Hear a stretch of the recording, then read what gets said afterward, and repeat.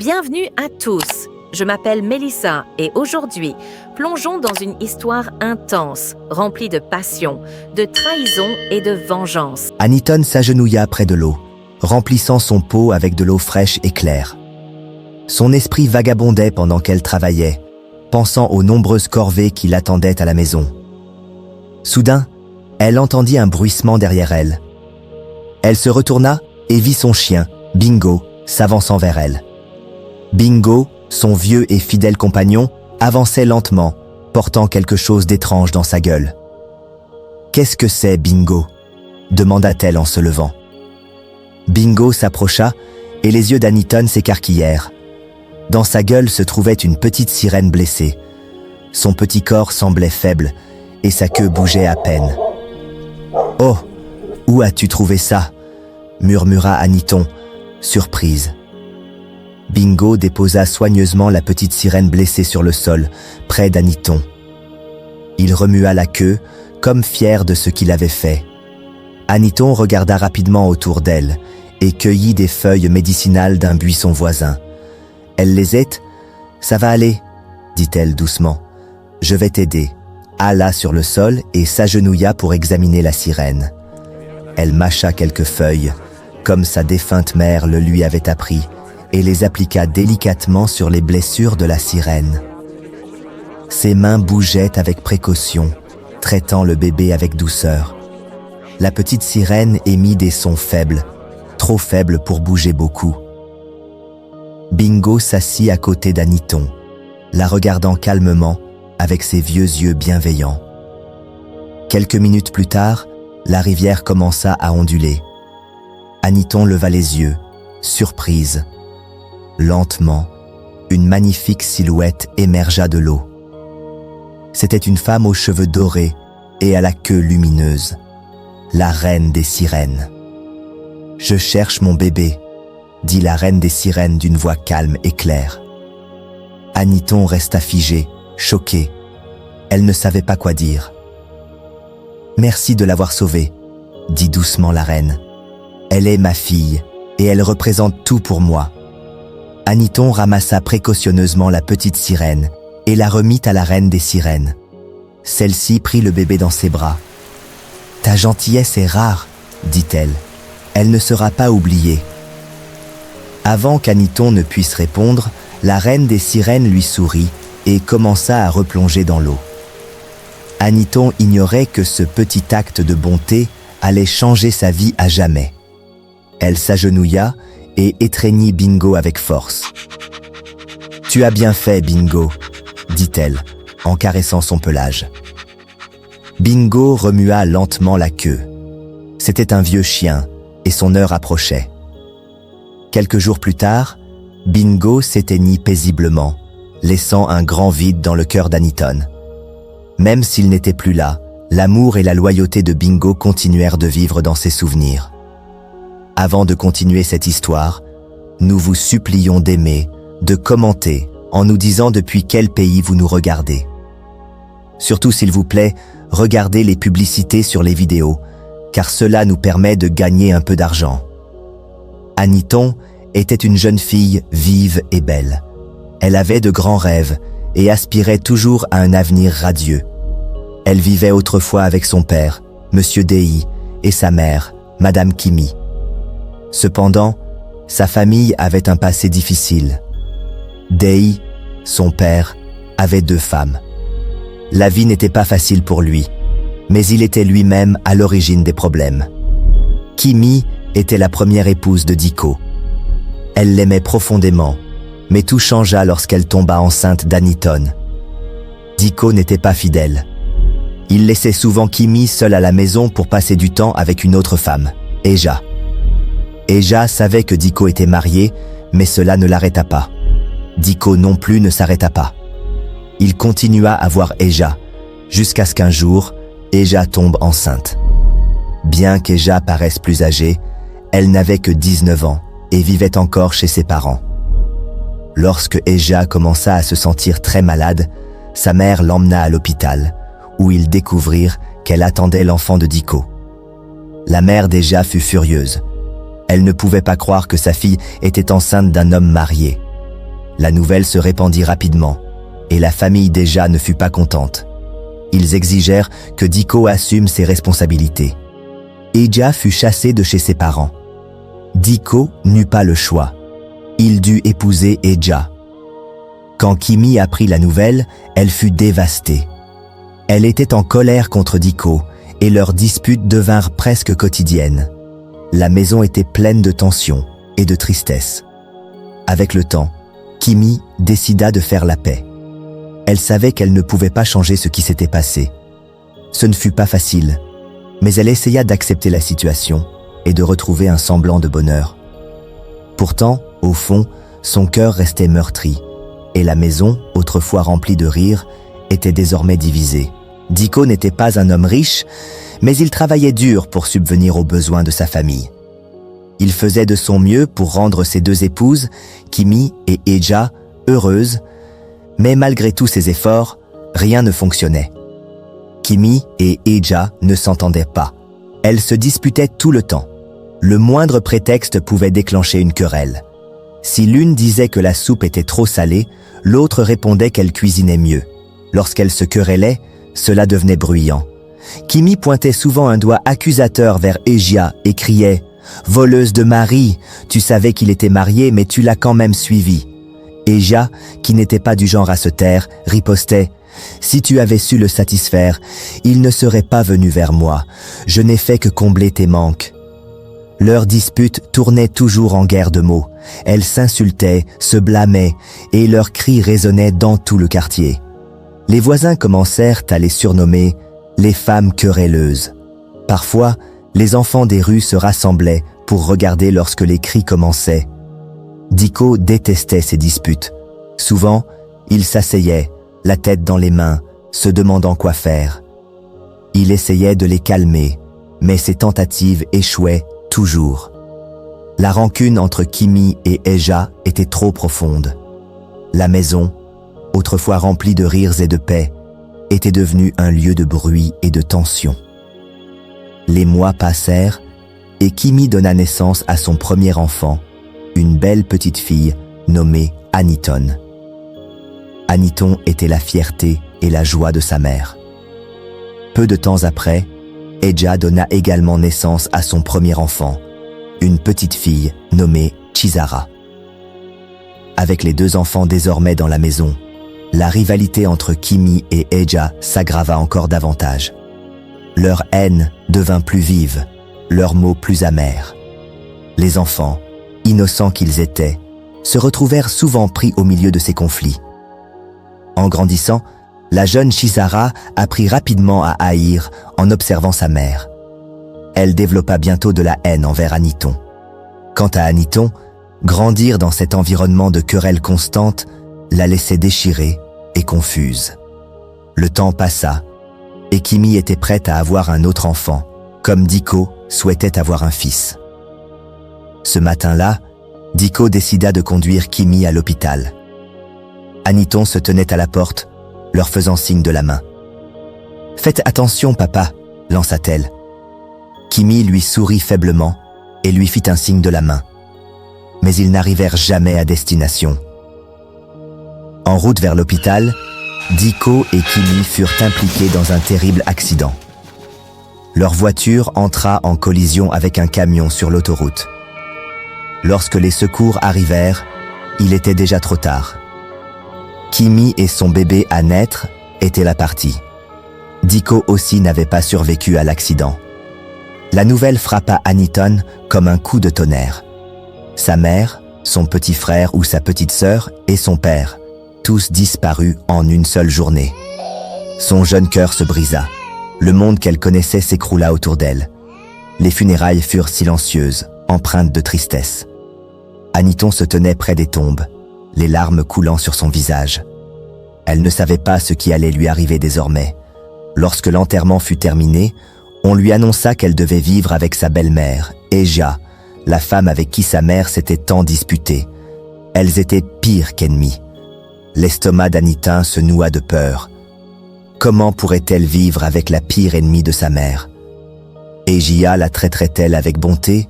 Ou la vie dans la maison de sa belle-mère deviendrait-elle un nouveau cauchemar? Elle serra contre elle une petite photo de ses parents, leur visage souriant vers elle. « Maman, » murmura-t-elle en pleurant, « comment vais-je survivre ?» La vie avec sa belle-mère, Égia, n'était rien d'autre qu'un enfer pour Aniton. Égia ne la traitait pas comme un membre de la famille. Au contraire, elle déversait sur Aniton toute la colère qu'elle éprouvait envers Kimi. Chaque jour, ses paroles et ses actions étaient cruelles. Parfois, elle allait jusqu'à comparer Aniton à une poubelle. Égia était brutale. Elle n'autorisa pas Aniton à continuer l'école. « Je n'ai pas l'argent pour ton école », lui disait-elle.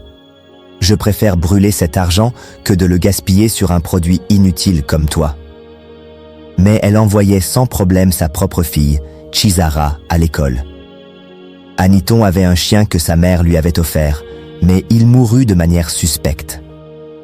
Désormais âgée de 13 ans, Aniton devint la domestique de la maison. Elle nettoyait, allait chercher de l'eau et ramassait même du bois de chauffe dans des endroits éloignés. Lorsqu'il était l'heure de manger, Aniton était toujours la dernière. La plupart du temps, elle ne recevait que des restes. Parfois, il ne restait rien du tout pour elle. Son estomac grondait de faim, mais personne ne s'en souciait. Aniton pensait à sa mère chaque jour avec une profonde tristesse. Quand ses corvées étaient terminées, elle s'asseyait sous le vieux manguier derrière la maison, le cœur lourd. Elle murmurait au vent. « Maman, pourquoi m'as-tu laissé? Pourquoi ma vie est-elle comme ça ?» Personne ne venait la réconforter. Personne n'essuyait ses larmes. Elle restait seule, s'accrochant à l'espoir ténu qu'un jour, sa vie s'améliorerait. Les années passèrent, et les souffrances d'Aniton ne semblaient jamais prendre fin. Elle avait maintenant 21 ans. Une jeune femme au cœur généreux malgré toutes les épreuves que la vie lui avait imposées. Ses journées étaient remplies de corvées interminables, mais au fond d'elle, elle gardait une petite lueur d'espoir que sa vie pourrait un jour changer. Un matin, la voix du crieur public retentit dans les rues du village.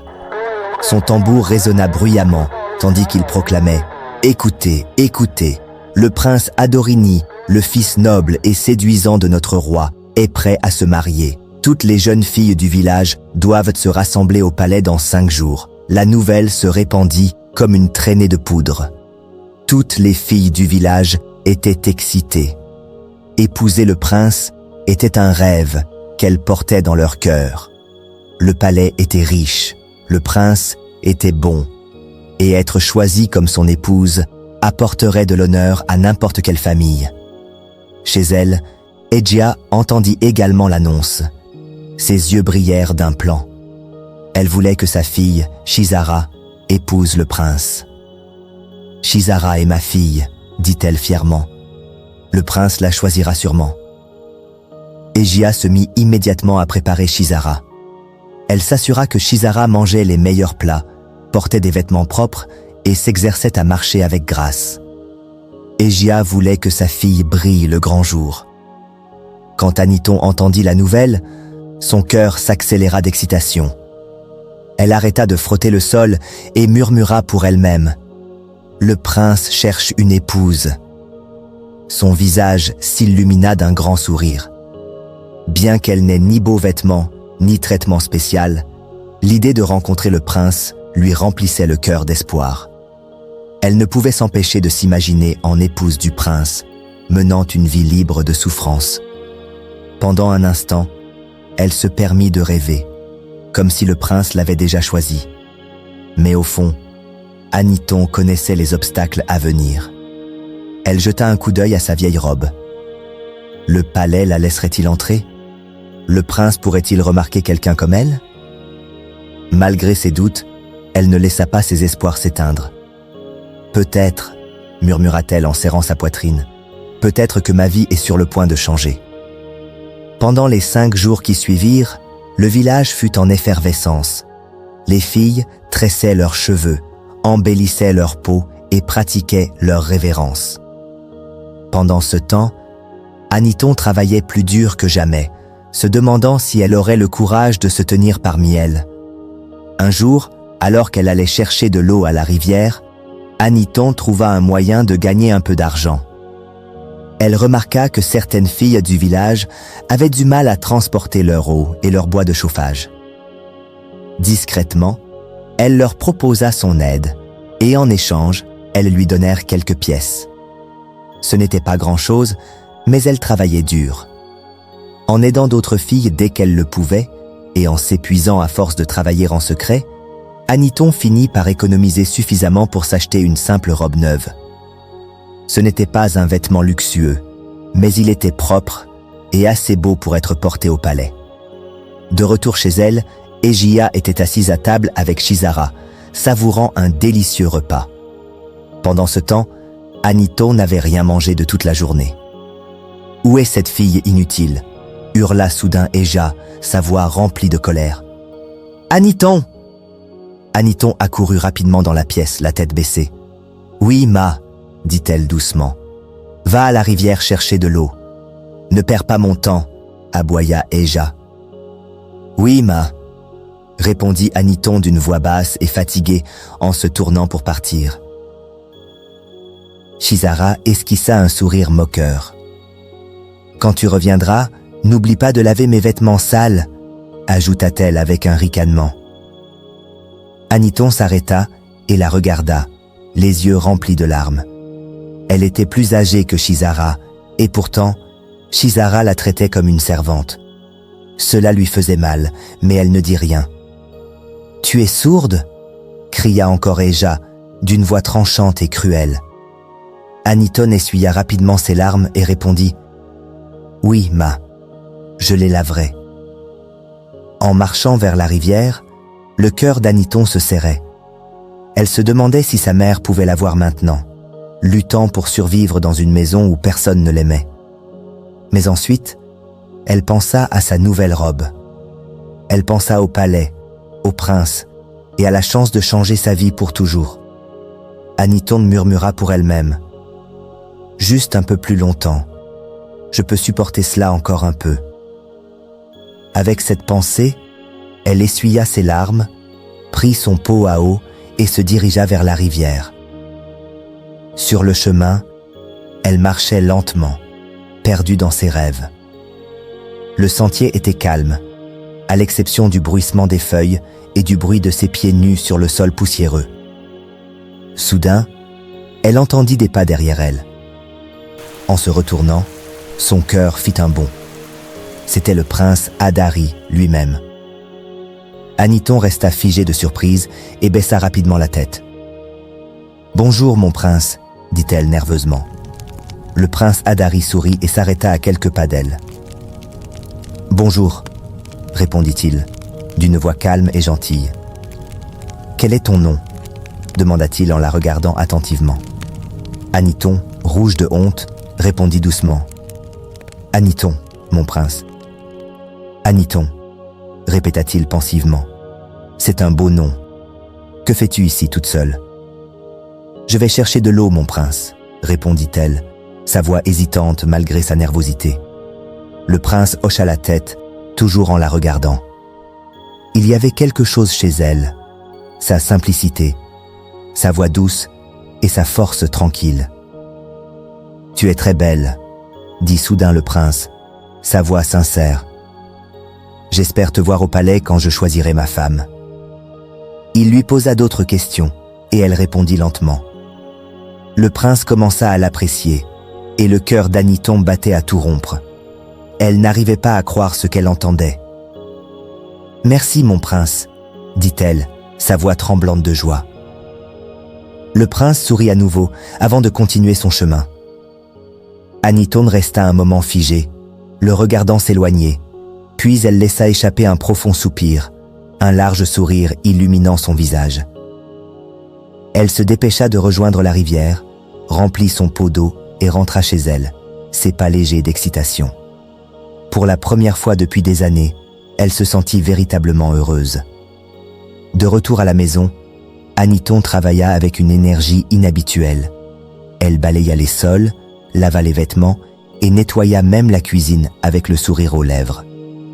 Egia et Shizara remarquèrent son changement soudain. « Qu'est-ce qui ne va pas avec elle ?» demanda Eja en fronçant les sourcils. « Elle n'est jamais aussi joyeuse. » Shizara plissa les yeux. « Je ne sais pas, peut-être qu'elle est devenue folle. » Elles la regardèrent, intriguées, tandis qu'Aniton fredonnait doucement pour elle-même, incapable de cacher sa joie. Aucune d'entre elles ne pouvait deviner la vérité. Une simple rencontre avec le prince avait donné à Aniton l'espoir dont elle avait besoin pour continuer à avancer. Le lendemain, Aniton se rendit à la rivière comme d'habitude. Sur le chemin du retour, son cœur faillit s'arrêter lorsqu'elle vit à nouveau le prince. Il se tenait sur le sentier, comme s'il l'attendait. « Bonjour, Aniton », dit-il avec un sourire chaleureux. « Bonjour, mon prince », répondit-elle timidement, sa voix à peine audible. « J'espérais te revoir, » dit-il. « Puis-je marcher avec toi ?» Le cœur d'Aniton battait à tout rompre. Elle hocha la tête, incapable de trouver les mots pour répondre. Les gardes l'aidèrent à porter l'eau, et ils marchèrent ensemble en parlant doucement. Alors qu'ils approchèrent du village, Aniton s'arrêta brusquement.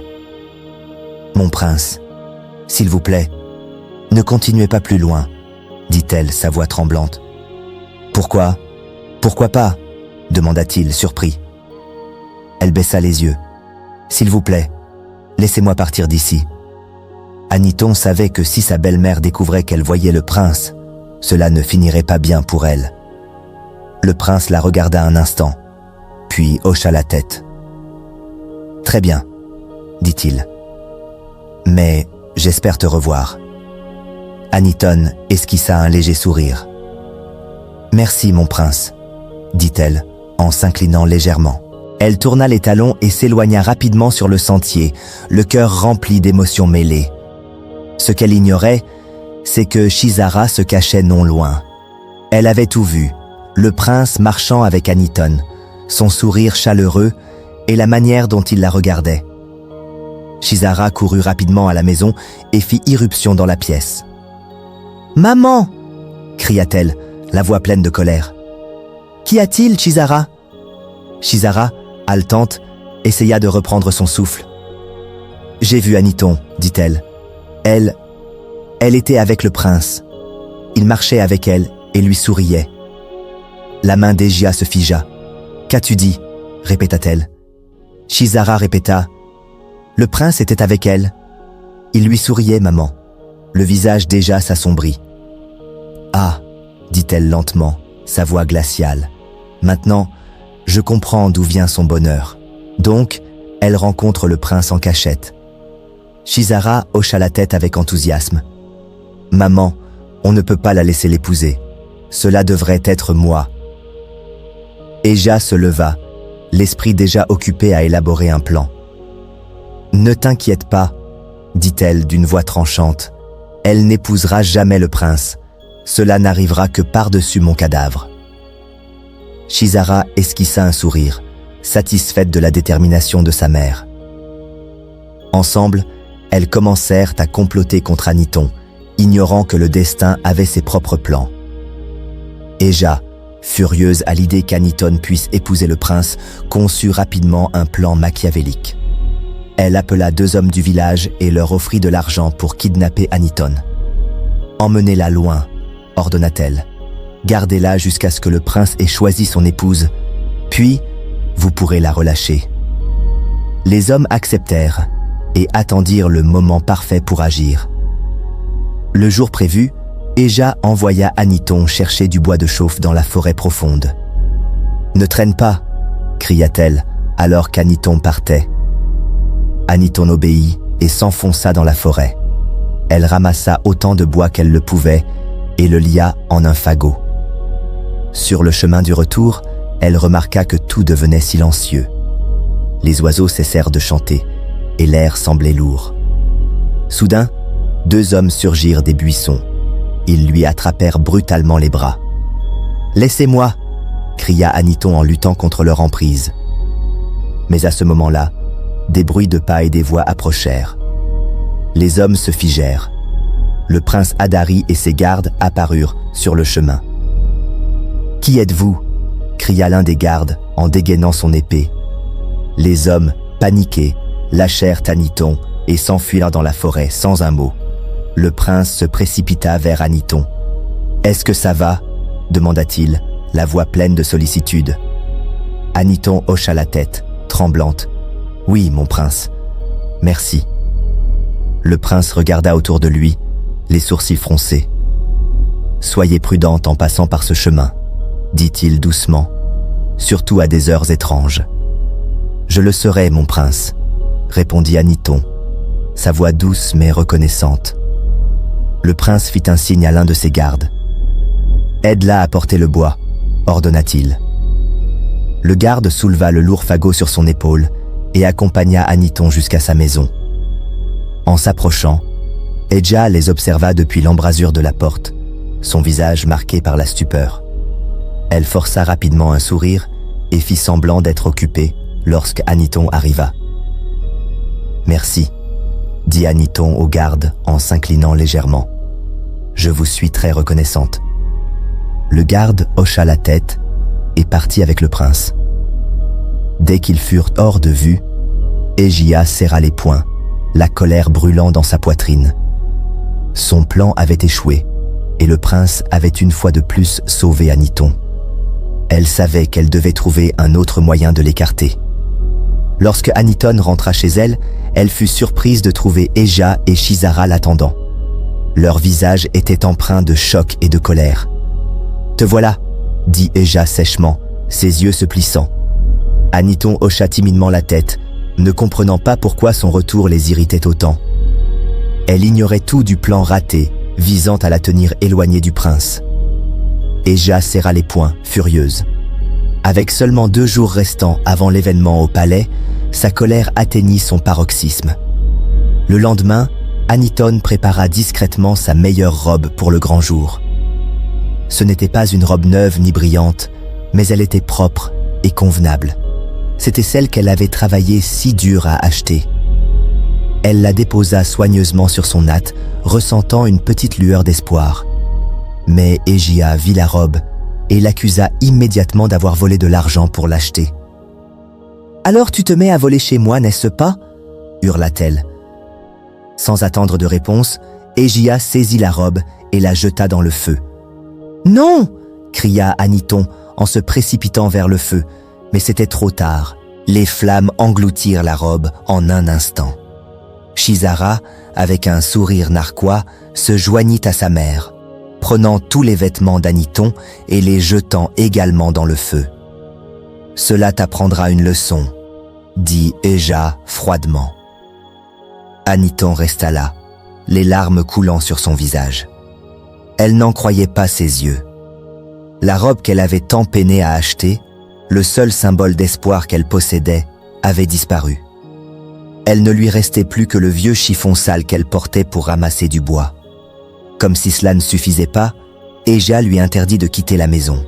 « Tu ne sortiras plus chercher du bois ou de l'eau, » dit-elle d'une voix dure. « Je ne veux pas que tu rencontres ce prince à nouveau. » Le cœur brisé et piégé, Aniton s'assit dans sa chambre, pleurant. Elle ne voyait aucune issue. L'événement au palais n'était qu'à un jour, et elle n'avait ni robe, ni moyen de quitter la maison, ni personne pour l'aider. Elle avait l'impression que tous ses espoirs avaient été réduits en cendres. Le grand jour arriva enfin, et tout le village était en effervescence. Aniton s'assit tranquillement dans un coin, regardant Eja et Shizara se préparer pour l'événement. Eja sortit ses plus beaux bijoux et aida Shizara à enfiler une robe scintillante. Elle ajusta le couvre-chef de Shizara en souriant fièrement. « Tu es parfaite », dit Eja en admirant sa fille. « Le prince te choisira sûrement. » Shizara sourit et tourna sur elle-même devant le miroir, pleine de confiance. Aniton resta silencieuse, le cœur lourd de désespoir. Elle savait que si Shizara épousait le prince, Eja gagnerait encore plus de pouvoir sur elle. Ce pouvoir serait utilisé pour la maintenir frustrée à jamais. Elle regarda Eja et Shizara quitter la maison. Shizara marchant avec assurance, tandis qu'Eja rayonnait de fierté. La porte claqua derrière elle, laissant Aniton seule. Elle baissa les yeux vers elle-même, vêtue des haillons sales qu'Eja lui avait laissés. Ses rêves d'une vie meilleure semblaient si loin. Mais au plus profond d'elle, une étincelle de détermination s'alluma. « Non », murmura-t-elle pour elle-même. « Je ne peux pas rester là à rien faire. Je dois essayer. » Avec aucune autre option en vue, Aniton se prépara mentalement à prendre une décision audacieuse. Elle décida d'aller au palais, vêtue de ses haillons. Elle savait que ce n'était pas approprié, mais elle devait tenter sa chance. À son arrivée devant les grilles du palais, le spectacle qui s'offrit à elle était accablant. De jeunes femmes magnifiques, vêtues de vêtements éclatants, formaient une longue file, leurs rires et leurs conversations remplissant l'air. Tout le monde la dévisagea, se demandant pourquoi quelqu'un d'aussi mal habillé osait se présenter ici. Lorsqu'Aniton fit un pas en avant, les gardes à l'entrée l'arrêtèrent immédiatement. « Où penses-tu aller ?» demanda l'un d'eux, d'un ton tranchant. « Je suis ici pour le prince », répondit Aniton doucement, essayant de garder une voix ferme. Les gardes la regardèrent de haut en bas, leur visage empreint de mépris. « Habillée comme ça, » ricana l'un d'eux, « tu ressembles à une folle.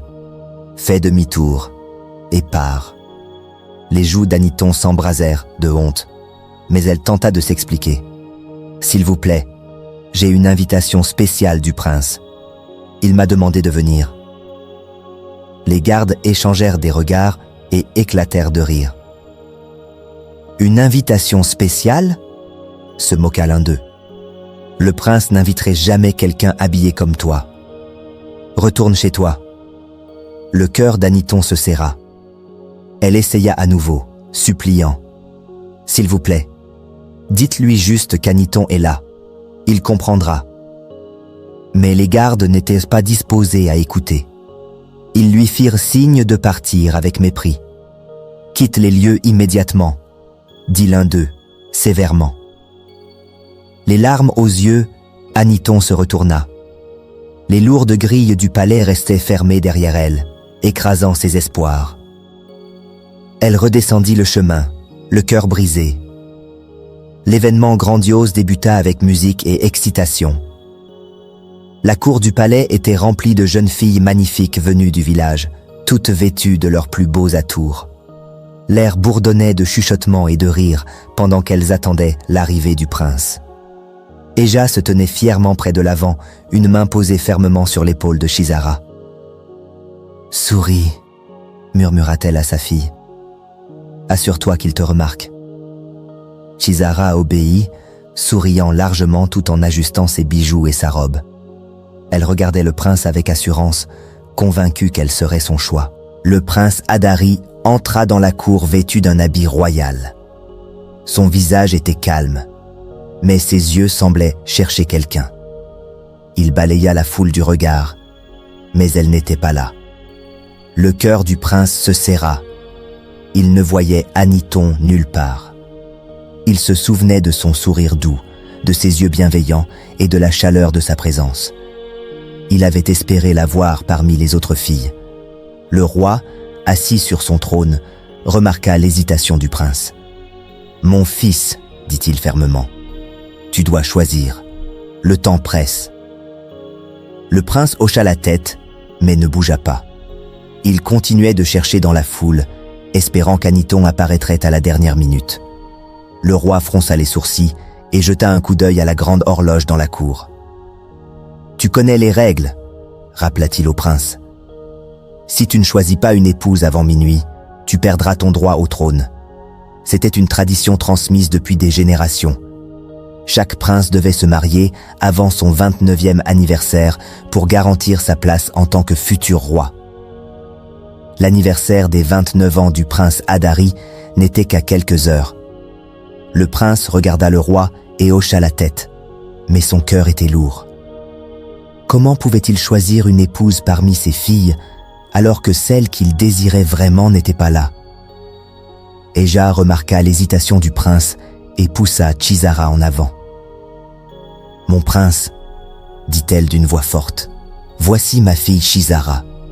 Elle est belle, bien éduquée et ferait une merveilleuse reine. » Shizara s'inclina gracieusement et sourit au prince. Celui-ci lui adressa un léger salut poli, mais détourna rapidement le regard. Son esprit était ailleurs. Le roi poussa un soupir d'impatience. « Adari, dit-il d'un ton tranchant, tu dois faire un choix. Le peuple attend et le temps presse. » Le cœur du prince s'accéléra. Dans son esprit, l'horloge résonnait plus fort à chaque seconde.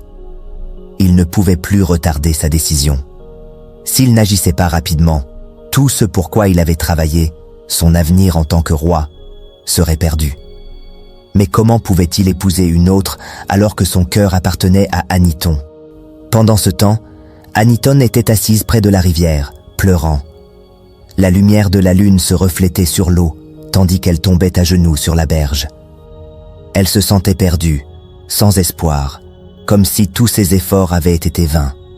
« J'ai tout perdu, » murmura-t-elle, sa voix brisée. « J'ai travaillé si dur, et maintenant je n'ai plus rien. Le prince choisira quelqu'un d'autre, et je resterai coincée dans cette misère pour toujours. » Elle enfouit son visage dans ses mains et sanglota de manière incontrôlable, ses pleurs résonnant dans le calme de la nuit. Le son de sa douleur voyagea loin, attirant l'attention d'une présence inattendue.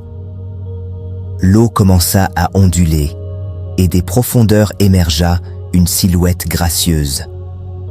Une femme aux écailles lumineuses et aux cheveux flottants comme de l'or liquide. C'était la reine des sirènes, une créature puissante mais bienveillante qui régnait sur les eaux. Elle avait été attirée par les pleurs d'Aniton et la reconnut immédiatement comme celle qui avait sauvé son bébé autrefois. La reine des sirènes s'approcha silencieusement, sa voix douce et apaisante. « Enfant, pourquoi pleures-tu » Aniton leva les yeux, surprise, ses larmes brillant sur ses joues. « Qui êtes-vous » ? « Cela fait longtemps.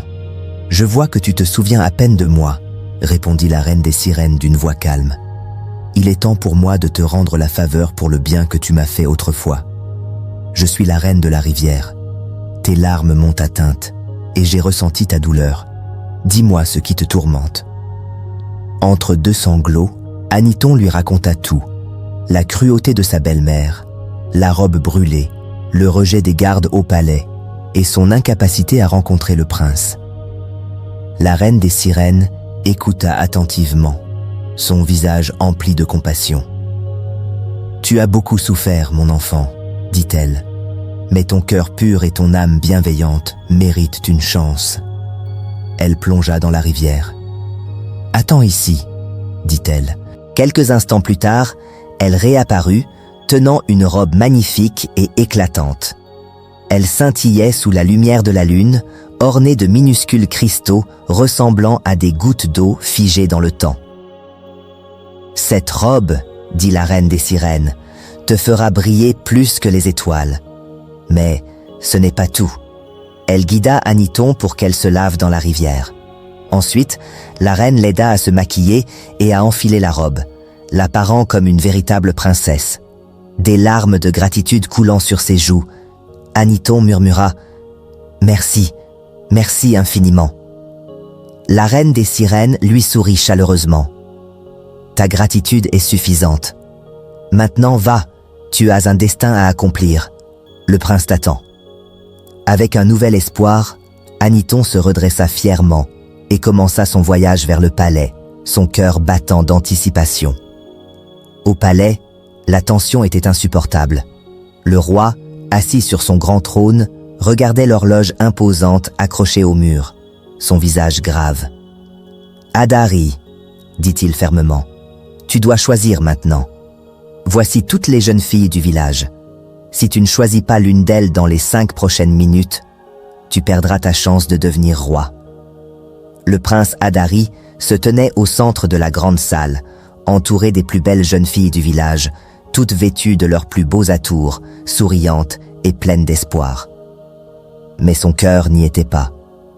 Il jeta un dernier regard vers l'entrée, cherchant désespérément. Où était-elle? Avait-elle abandonné? Pendant ce temps, Aniton courait vers le palais, le cœur battant à tout rompre. Sa robe scintillante brillait sous la lumière de la lune, et sa beauté rayonnait d'un éclat presque surnaturel. En approchant des grilles du palais, les gardes s'écartèrent immédiatement, s'inclinant devant elle. Ils ne réalisèrent pas qu'elle était la même fille qu'ils avaient rejetée plus tôt. Sa transformation était saisissante. Le temps s'écoulait rapidement. Le roi cria au prêtre « Mariez-le à n'importe qui. Il a eu 28 ans pour choisir sa femme. C'est trop tard maintenant. » Mais à cet instant, Aniton entra dans la grande salle, et soudain, tous les regards se tournèrent vers elle. La pièce devint silencieuse. Son parfum, doux et divin, emplit l'air, et sa présence captivait l'attention. La magie de la reine des sirènes la faisait briller d'une beauté presque éthérée. Le cœur du prince bondit. Il sut instantanément que c'était elle. Sans hésitation, il avança, son visage s'illuminant de joie. « Aniton, » dit-il, sa voix pleine de soulagement et de bonheur. Il tendit la main et la guida au centre de la salle. « C'est elle que je choisis, » annonça fièrement le prince. « C'est ma femme. » Des acclamations éclatèrent dans la salle. Le roi sourit, hochant la tête avec approbation. « Tu as fait ton choix juste à temps, mon fils. Cela valait la peine d'attendre, dit-il en souriant. » Le prêtre royal s'avança, et avant que l'horloge ne sonne minuit, le prince et Aniton furent unis comme mari et femme. La célébration qui suivit fut grandiose. Le palais résonnait de musique, de rires et de joie. Les tables débordèrent de nourriture et de boissons, et tout le monde repartit avec des cadeaux. Même les jeunes filles non choisies partirent avec des ventres pleins et des sourires aux lèvres. Mais tout le monde n'était pas heureux. Eja et Shizara se tenaient dans un coin, leur visage assombri par la déception. Leur plan avait échoué, et elles quittèrent le palais en silence, humiliées et vaincues. Au fil de la soirée, Aniton se tenait aux côtés du prince, son cœur rempli de gratitude. Pour la première fois de sa vie, elle se sentait véritablement libre et profondément aimée. Quelques jours plus tard, Eja et Shizara, remplis de regrets, vinrent au palais. Leur visage était empreint de honte tandis qu'elles s'agenouillaient devant Aniton. « Nous sommes désolés pour tout ce que nous t'avons fait, » dit Eja, sa voix tremblante. « S'il te plaît, pardonne-nous. Laisse-nous rester ici avec toi. »« Nous avons appris de nos erreurs, » ajouta Shizara. « Donne-nous une chance, je t'en supplie. » Aniton écouta calmement, mais ne répondit pas tout de suite. Elle se tourna vers le prince et lui confia tout, ses années de souffrance, les mauvais traitements qu'elle avait subis. Le prince fronça les sourcils, profondément contrarié. « Il vaut mieux qu'elle retourne chez elle, » murmura-t-il à Aniton. « Leur présence pourrait troubler ta paix. Plus tard, elle pourrait devenir jalouse. » Aniton hocha la tête, comprenant. Elle leur dit qu'elle leur avait pardonné, mais les renvoya respectueusement. Eja et Shizara baissèrent la tête, des larmes coulant sur leurs joues. Elles quittèrent le palais empli de regrets et de tristesse, conscientes qu'elles avaient perdu leur chance d'une vie meilleure à cause de leurs propres actions. Les années passèrent, et sous le règne du prince Adari, le royaume prospéra. Il fut couronné roi, et Aniton, son épouse bien-aimée, devint reine. Leur amour mutuel apporta paix et prospérité à leur terre. Bientôt, le palais résonna à nouveau de rire lorsqu'ils accueillirent leur premier enfant, une magnifique petite fille, héritant des yeux doux de sa mère et de la force de son père. L'histoire d'Aniton, autrefois remplie de douleur et de lutte, devint un conte d'espoir, d'amour et de triomphe. Elle vécut heureuse, entourée de l'amour dont elle avait toujours rêvé. Le destin peut être retardé, mais il ne peut être nié. Peu importe les obstacles ou les défis sur votre chemin, ce qui vous est destiné trouvera toujours son chemin jusqu'à vous, prouvant que rien ni personne ne peut empêcher ce qui est divinement destiné à être.